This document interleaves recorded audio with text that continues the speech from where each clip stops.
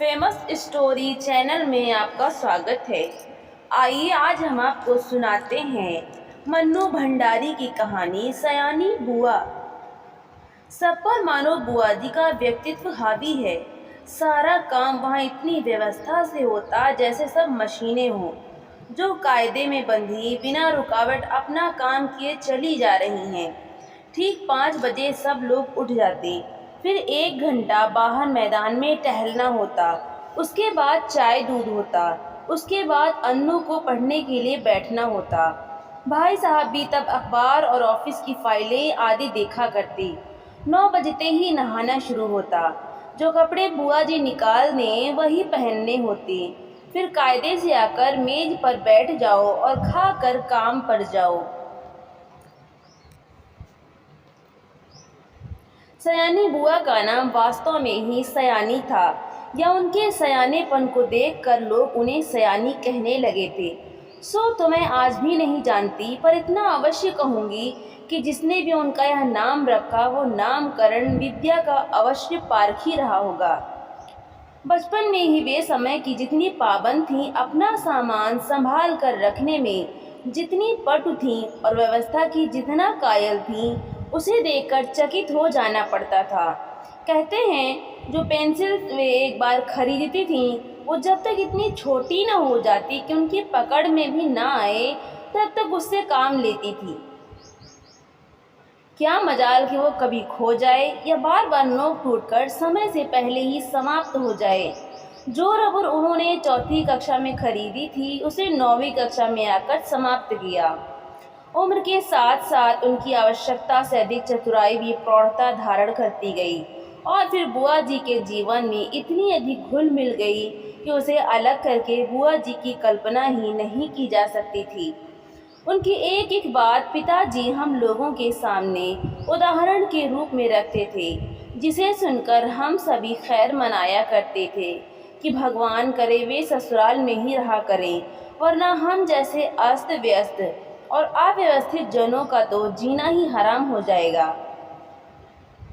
ऐसी ही सयानी बुआ के पास जाकर पढ़ने का प्रस्ताव जब मेरे सामने रखा गया, तो कल्पना कीजिए मुझ पर क्या बीती होगी। मैंने साफ इनकार कर दिया कि मुझे आगे पढ़ना ही नहीं, पर पिताजी मेरी पढ़ाई के विषय में इतने सतर्क थे कि उन्होंने समझा कर, डांट कर और प्यार दुलार से मुझे राजी कर लिया। सच में राजी तो क्या कर लिया, समझिए अपनी इच्छा पूरी करने के लिए बाध्य कर दिया। और भगवान का नाम गुहारते गुहारते मैंने घर से विदा ली और उनके यहाँ पहुँची।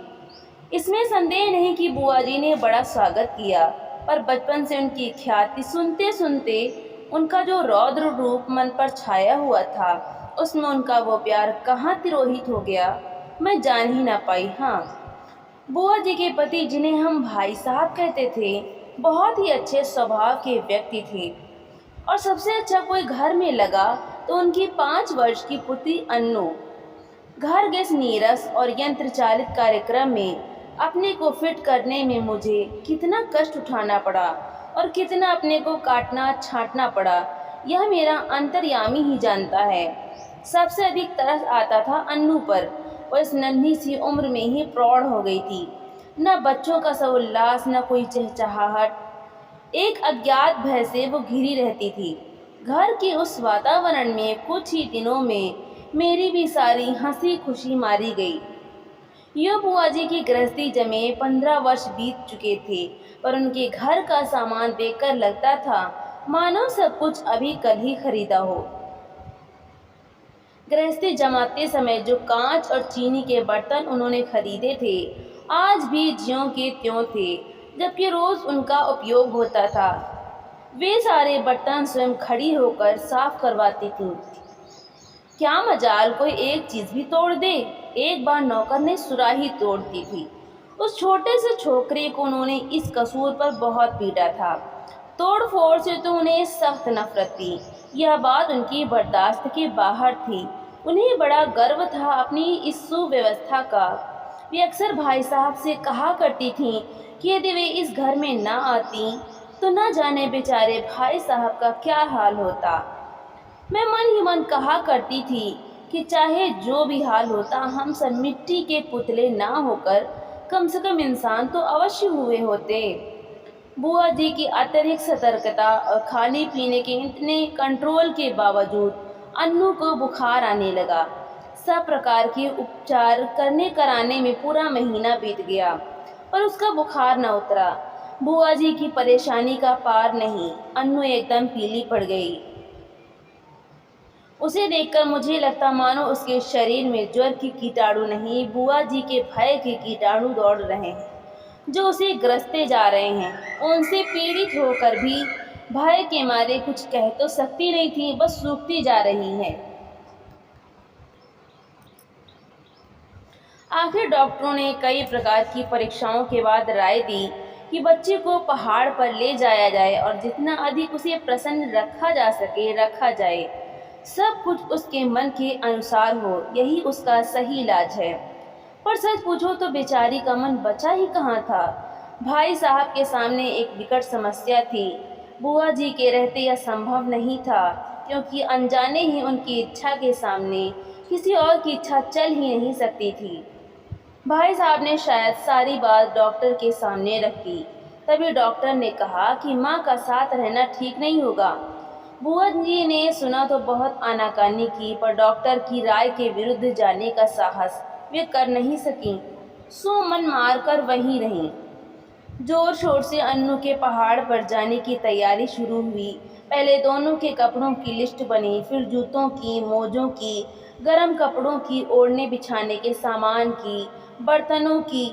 हर चीज़ रखते समय वे भाई साहब को सख्त हिदायत कर देती थीं कि एक भी चीज़ खोनी नहीं चाहिए। देखो यह फ्रॉक मत खो देना, 7 रुपये मैंने इसकी सिलाई दी है। यह प्याले मत तोड़ देना, वरना 50 रुपये का सेट बिगड़ जाएगा। और हाँ, गिलास को तुम तुच्छ समझते हो, उसकी परवाह ही नहीं करोगे, पर देखो यह 15 बरस से मेरे पास है और कहीं खरोच तक नहीं है, तोड़ दिया तो ठीक न होगा। प्रत्येक वस्तु की हिदायत के बाद वे अन्नू पर आईं। वो किस दिन किस समय क्या खाएगी उसका मीनू बना दिया।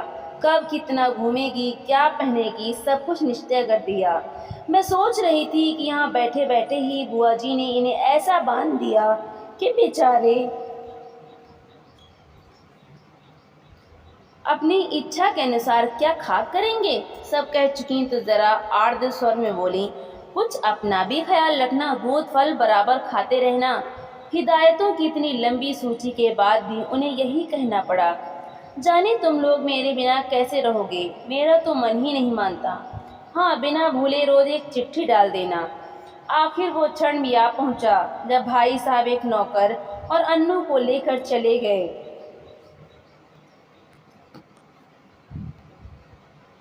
बुआ जी ने अन्नू को खूब प्यार किया, रोई भी। उनका रोना मेरे लिए नई बात थी। उसी दिन पहली बार लगा कि उनकी भयंकर कठोरता में कहीं कोमलता भी छिपी है।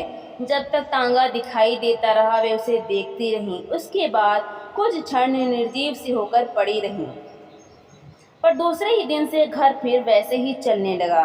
भाई साहब का पत्र रोज आता था, जिसमें अन्नू की तबीयत के समाचार रहते थे। बुआ जी भी रोज एक पत्र लिखती थीं, जिसमें अपनी उन मौखिक हिदायतों को लिखित रूप से दोहरा दिया करती थीं। पत्रों की तारीख में अंतर रहता था, बात शायद सब में वही रहती थी। मेरे तो मन में आता कि कह दूं, बुआ जी रोज पत्र लिखने का कष्ट क्यों करती हैं। भाई साहब को लिख दीजिए कि एक पत्र गत्ते पर चिपकाकर पलंग के सामने लटका लें और रोज सवेरे उठकर पढ़ लिया करें। पर इतना साहस था नहीं कि यह बात कह सकूं। करीब 1 महीने के बाद एक दिन भाई साहब का पत्र नहीं आया, दूसरे दिन भी नहीं आया। बुआ जी बड़ी चिंतित हो उठी।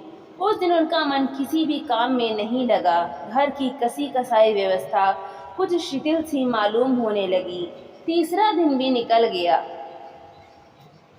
अब तो बुआ जी की चिंता का पार नहीं रहा।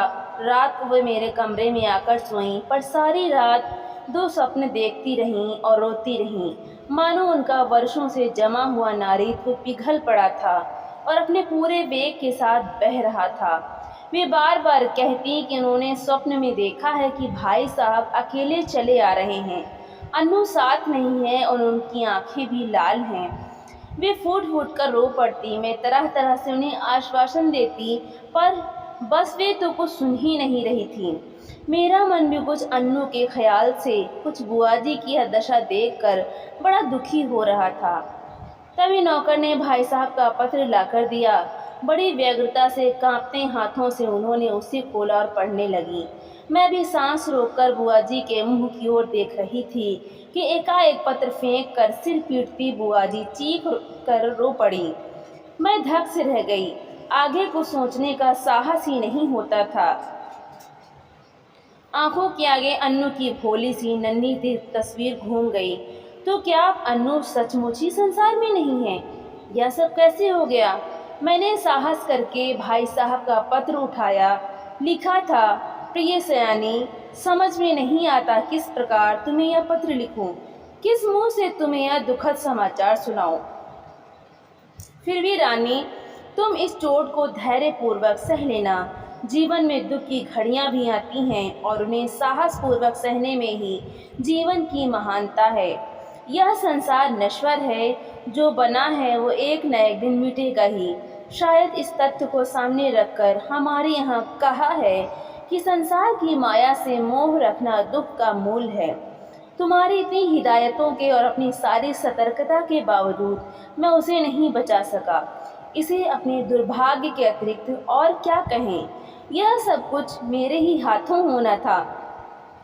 आंसू भरी आंखों के कारण शब्दों का रूप अस्पष्ट से अस्पष्टतर होता जा रहा था और मेरे हाथ कांप रहे थे।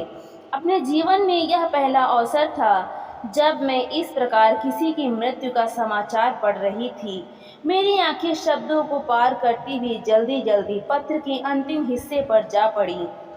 धैर्य रखना मेरी रानी, जो कुछ हुआ उसे सहने की और भूलने की कोशिश करना।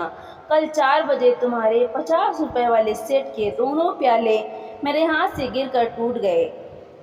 अन्नू अच्छी है, शीघ्र ही हम लोग रवाना होने वाले हैं। 1 मिनट तक मैं हतबुद्ध सी खड़ी रही, समझ ही नहीं पाई कि यह क्या से क्या हो गया। यह दूसरा सदमा था। ज्यों ही कुछ समझी मैं जोर से हंस पड़ी। किस प्रकार मैंने बुआ जी को सत्य से अवगत कराया, वो सब मैं कोशिश करके भी नहीं लिख सकूंगी, पर वास्तविकता जानकारी बुआ जी भी रोते रोते हंस पड़ी। 5 आने की सुराही तोड़ देने पर नौकर को बुरी तरह पीटने वाली बुआ जी 50 रुपए वाले सेट के प्याले टूट जाने पर भी हंस रही थीं। दिल खोल कर हंस रही थी, मानो उन्हें स्वर्ग की निधि मिल गई हो। तो दोस्तों, आपको ये कहानी कैसी लगी? लाइक करें, शेयर करें और कमेंट करके हमें ज़रूर बताएं। और ऐसी ही मज़ेदार कहानियाँ सुनने के लिए हमारे चैनल को सब्सक्राइब करना बिल्कुल भी ना भूलें। तो मिलते हैं अगली नई कहानी के साथ। बहुत बहुत